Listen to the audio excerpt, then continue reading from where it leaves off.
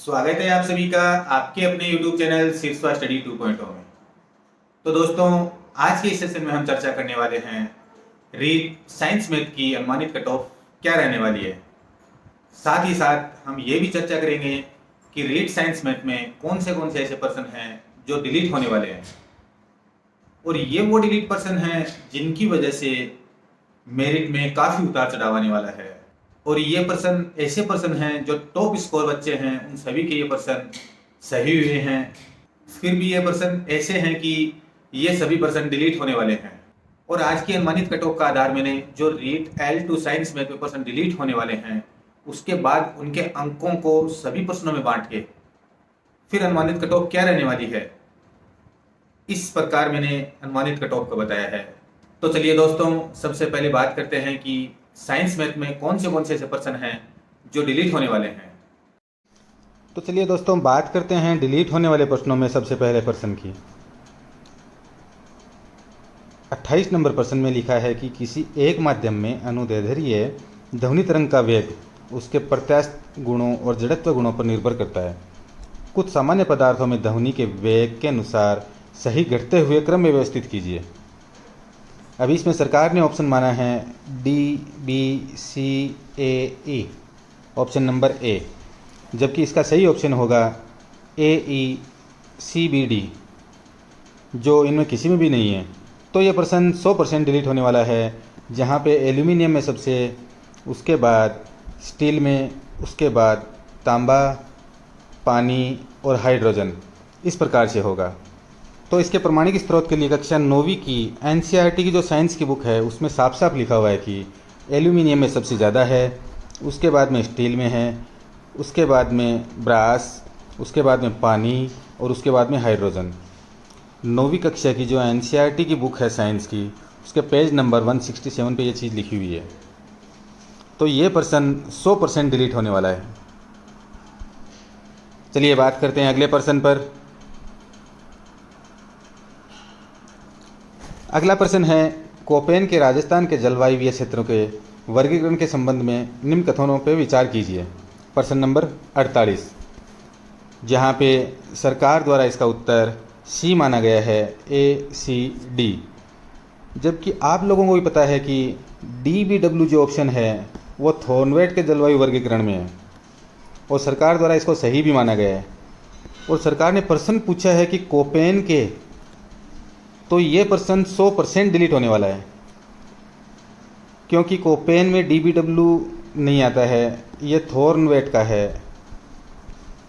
थॉर्नवेट द्वारा इनका वर्गीकरण किया गया है कि CAW, DAW, DBW और EAD, इस तरह से इनका वर्गीकरण किया है।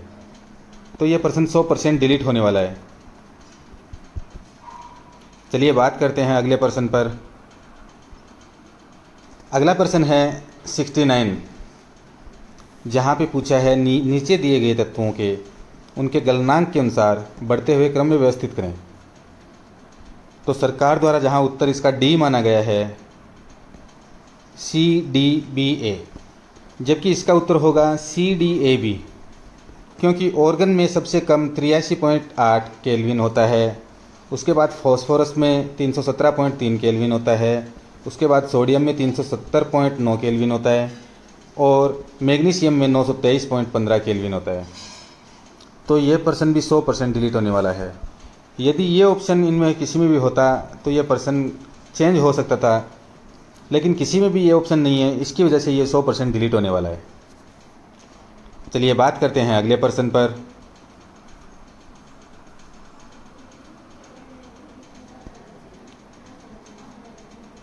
अगला प्रश्न है, भारतीय राज्य वन रिपोर्ट ISFR 2021 के आधार पर राजस्थान में निम्नलिखित जिलों को उनके वन क्षेत्र के अनुसार अवरोही क्रम में व्यवस्थित कीजिए।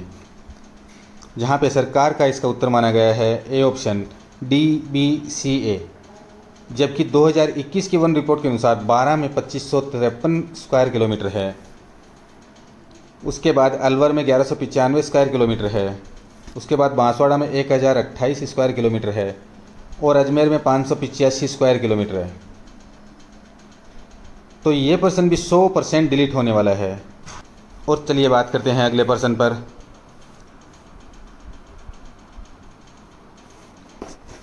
प्रश्न नंबर 142, इसमें गोरबिया सौर विद्युत परियोजना में उद्गठित की गई है, जिसने सरकार का उत्तर इसमें ए माना गया है बीकानेर।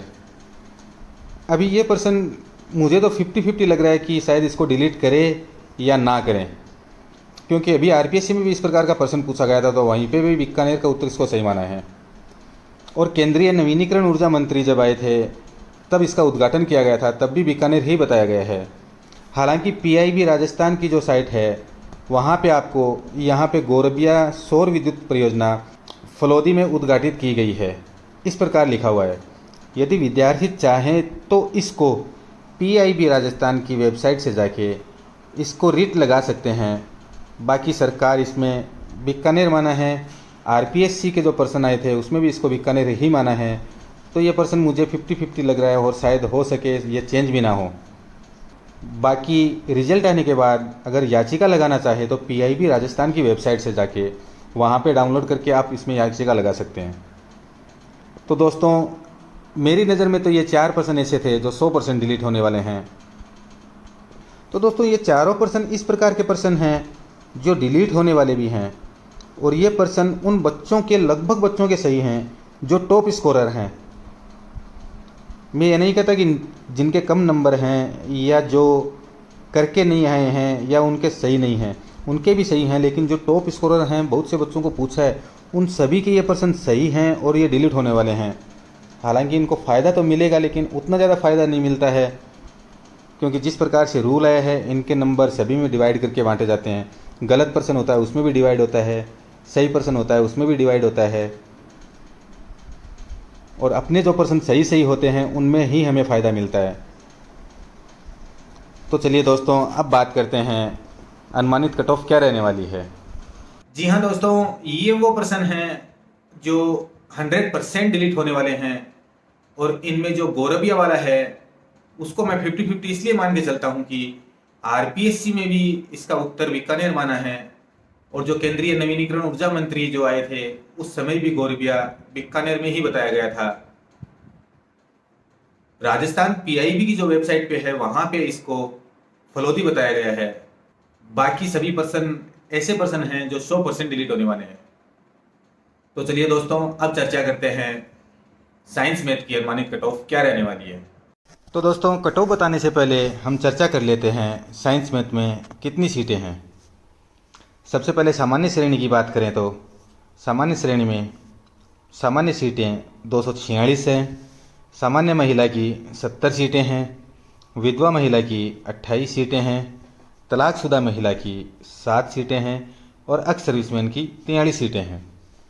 अब बात करें ईडब्ल्यूएस श्रेणी की, तो ईडब्ल्यूएस श्रेणी में सामान्य सीटें 68 हैं, सामान्य महिला की जहां 20 सीटें हैं, वहीं विधवा महिला की 8 सीटें हैं और तलाकशुदा महिला की 1 सीट है। एक्स सर्विसमैन की 12 सीटें हैं। इसी प्रकार बात करें अन्य पिछड़ा वर्ग श्रेणी में, तो अन्य पिछड़ा वर्ग श्रेणी में सामान्य सीटें 143 हैं, सामान्य महिला की बात करें तो 40 सीटें हैं, जहां विधवा महिला की 16 सीटें हैं, वहीं तलाकशुदा महिलाओं की 4 सीटें हैं और एक्स सर्विसमैन की 25 सीटें हैं। विशेष पिछड़ा वर्ग यानी कि एमबीसी श्रेणी की बात करें तो सामान्य सीटें 34 हैं, सामान्य महिला की सीटें 10 हैं, जहां विधवा महिला की बात करें तो 4 सीटें हैं और तलाकशुदा महिला की 0 सीटें और एक्स सर्विसमैन की 6 सीटें। अब बात की जाए अनुसूचित जाति की, तो अनुसूचित जाति में सामान्य सीटें 109 हैं, सामान्य महिला की 31 सीटें हैं, जहां पर विधवा महिला की 12 सीटें हैं, वहीं तलाकशुदा महिलाओं की 3 सीटें हैं और एक्स सर्विसमैन की 19 सीटें। बात करें अनुसूचित जनजाति की, तो सामान्य सीटें 82 है, सामान्य महिलाओं की सीटें 23 हैं, विधवा महिला की सीट 9 है और तलाकशुदा महिलाओं की सीटें 2 हैं, वहीं एक्स सर्विसमैन की सीटें 14 हैं। तो चलिए दोस्तों अब बात करते हैं अनुमानित कट ऑफ क्या रहने वाली है। तो दोस्तों साइंस मैथ में जनरल कैटेगरी की कट ऑफ 220 प्लस नंबर रहने वाली है।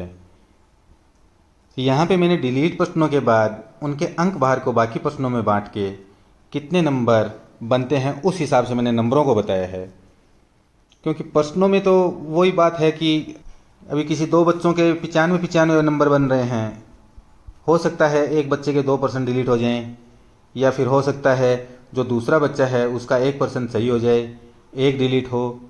तो अभी तो 95% बन रहे हैं उनके, लेकिन बाद में किसी में कम किसी में ज़्यादा हो जाएंगे। इसलिए यहाँ पे मैंने प्रश्नों में न बांट के अंकों में यहाँ पे कट ऑफ को बताया है। और फीमेल महिलाएं अपने नंबर 2 या 3 नंबर से ज़्यादा कम ना करें, क्योंकि सीटों की संख्या देखते हुए इससे ज़्यादा नंबर कम नहीं कर सकते। चलिए बात करते हैं ओबीसी कैटेगरी की। तो ओबीसी कैटेगरी की अनुमानित कट ऑफ 216 प्लस रहने वाली है। हो सकता है इससे 2 नंबर 1 नंबर ज़्यादा भी चली जाए, पर कम रहने का अनुमान बहुत कम है। और यहाँ पे भी फीमेल महिलाएं अपने नंबर 2 या 3 नंबर से ज़्यादा कम ना करके चलें। ये नहीं कि ओबीसी की 216 प्लस गई है तो महिलाओं की 208 207 जाएगी, क्योंकि सीटों की भी संख्या ही उस प्रकार से कम है, तो अपनी कट ऑफ को हम ज़्यादा कम नहीं कर सकते। और ये तो एक अनुमानित कट ऑफ है, हो सकता है इससे 1 नंबर ऊपर 1 नंबर नीचे, 2 नंबर ऊपर 2 नंबर नीचे रह सकती है। तो चलिए बात करते हैं ईडब्ल्यूएस कैटेगरी की। ईडब्ल्यूएस श्रेणी में जिन भी बच्चों के 210 प्लस नंबर बन रहे हैं वो अपने आप को यहाँ पे सेफ महसूस कर सकते हैं। अभी इससे ज़्यादा कम करने में तो ये तो है नहीं कि यहाँ पे 200 नंबर बता दें और हो जाए कि मेरिट 200 नंबर चली जाए, क्योंकि वैकेंसी भी कम है।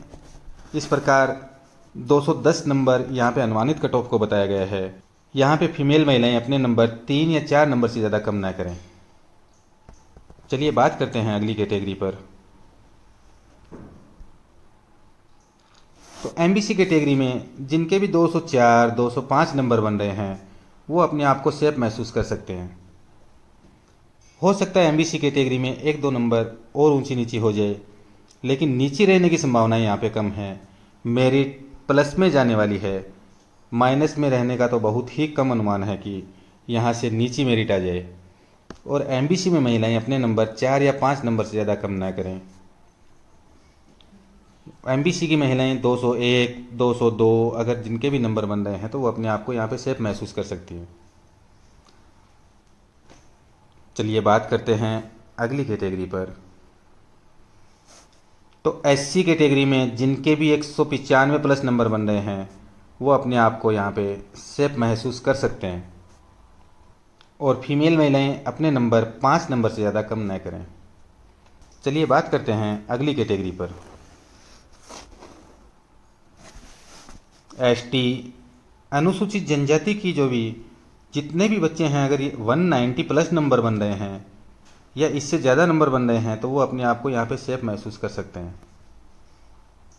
इससे ज़्यादा कम करने का अनुमान भी नहीं है कि इससे कम चली जाए, क्योंकि वैकेंसियाँ बहुत ज़्यादा कम हैं। और फीमेल महिलाएं अपने नंबर 5 नंबर से ज़्यादा कम ना करें। 185 से प्लस जो भी हैं वो अपने आप को यहाँ पे सेफ महसूस कर सकती हैं। चलिए बात करते हैं अगली कैटेगरी पर।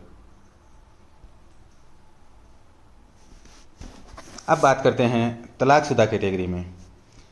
तो जहाँ जनरल और ओबीसी की महिलाएं हैं वो 180 प्लस जिनके भी नंबर हैं वो अपने आप को इस दौड़ में शामिल कर सकती हैं।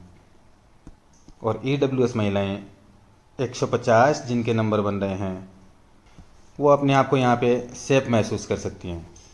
और एससी एसटी की जो महिलाएं हैं वो जो 145 प्लस जिनके भी नंबर बन रहे हैं वो अपने आप को यहाँ पे सेफ महसूस कर सकती हैं। हो सकता है मेरिट 1-2 नंबर कम ज़्यादा भी हो सकती है। और एमबीसी की महिलाओं की बात करें तो एमबीसी की महिलाओं में डिवोर्स कैटेगरी में कोई भी सीट नहीं है, तो यदि वो महिलाएं हैं तो उनको एमबीसी जनरल की सीटें कवर करनी पड़ेगी। एमबीसी फीमेल की जो मेरिट जाएगी उसको कवर करना पड़ेगा, क्योंकि यहाँ पे तलाकशुदा की 0 वैकेंसी है। तो चलिए बात करते हैं अगली कैटेगरी पर।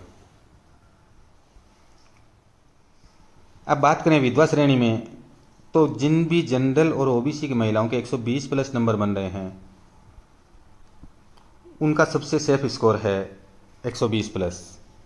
ईडब्ल्यूएस एमबीसी की महिलाओं की बात करें तो 114 नंबर जिनके बन रहे हैं वो अपने आप को सेफ महसूस कर सकती हैं।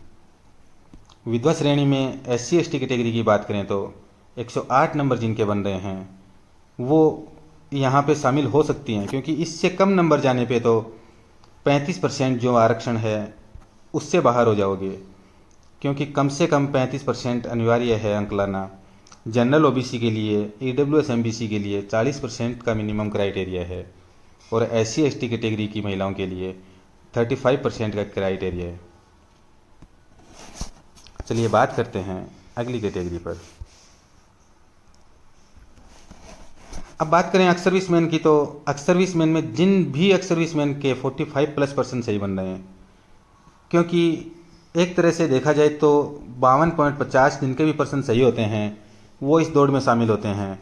लेकिन वहाँ पे एक कॉलम बना के ये दिया गया हुआ है कि यदि एक्स सर्विसमैन 35% में नहीं मिले तो उनको 5% एक्स्ट्रा छूट दी जाएगी, और 150% में 30% अगर देखें तो 45% होते हैं।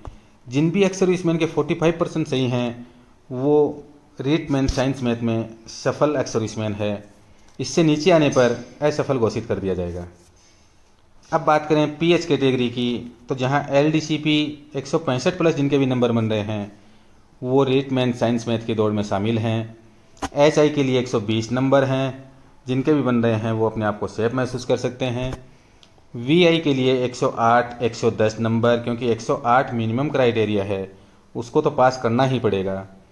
SLD MV 35% minimum passing marking है, और इनकी मेरिट जहाँ पे मिनिमम पासिंग मार्किंग नहीं होती है वहाँ पे इनके नंबर 2 या 3 या 4 मैक्सिमम इतने ही परसेंट नंबर जाती है, और 35% आना बहुत ही मुश्किल है SLD MV के लिए, क्योंकि वो दृष्टिबाधित होते हैं, इतने नंबर आते नहीं हैं। किसी भी प्रकार की वैकेंसी हो उनकी highest merit 8 number, 9 number, 10 number, इससे ज़्यादा मेरिट नहीं जाती है।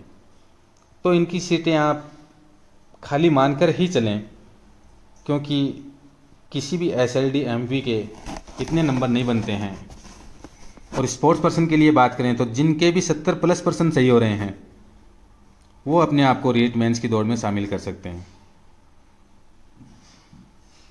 तो दोस्तों मैं ये आपको बार बार बता रहा हूँ कि ये मैंने अनुमानित कट ऑफ बताई है, हो सकता है इसमें 1-2 नंबर ऊपर नीचे भी हो जाए, लेकिन इतना ज़्यादा भी फ़र्क नहीं आएगा कि जहाँ पे कट ऑफ 220 बताई है वहाँ पे 210 कट ऑफ चली जाए। हो सकता है 220 की जगह 217 रह जाए, हो सकता है 223, 224 चली जाए, लेकिन इतना नहीं है कि 220 का 210 पे आ जाए या 220 का 235 पे चली जाए। 2, 3, 4 नंबर का तो फ़र्क आ सकता है, पर इससे ज़्यादा फ़र्क नहीं आएगा। जी हाँ दोस्तों, मैं बार बार यही बता रहा हूँ कि ये कट ऑफ अनुमानित बता रहा हूँ, इसमें हेर फेर हो सकता है, 1-2 नंबर नीचे भी आ सकती है, 1-2 नंबर ऊपर भी रह सकती है। हो सके कोई पर्सन ऐसा हो कि डिलीट ना हो, जिसकी वजह से अंकों में थोड़ा फर्क पड़ेगा। हो सकता है जो पर्सन डिलीट ना हो वो बहुत से बच्चों का सही भी हो, तो उनके अंक बार ज़्यादा हो जाएंगे। इस हिसाब से मैंने इस कट ऑफ को बताया है। उम्मीद करता हूँ आप मेरी सभी बातों को समझ गए होंगे। अगर आपको वीडियो अच्छा लगे तो लाइक एंड सब्सक्राइब जरूर करें। मिलते हैं अगले वीडियो में कुछ नई जानकारी के साथ। तब तक के लिए धन्यवाद। जय हिंद, जय भारत।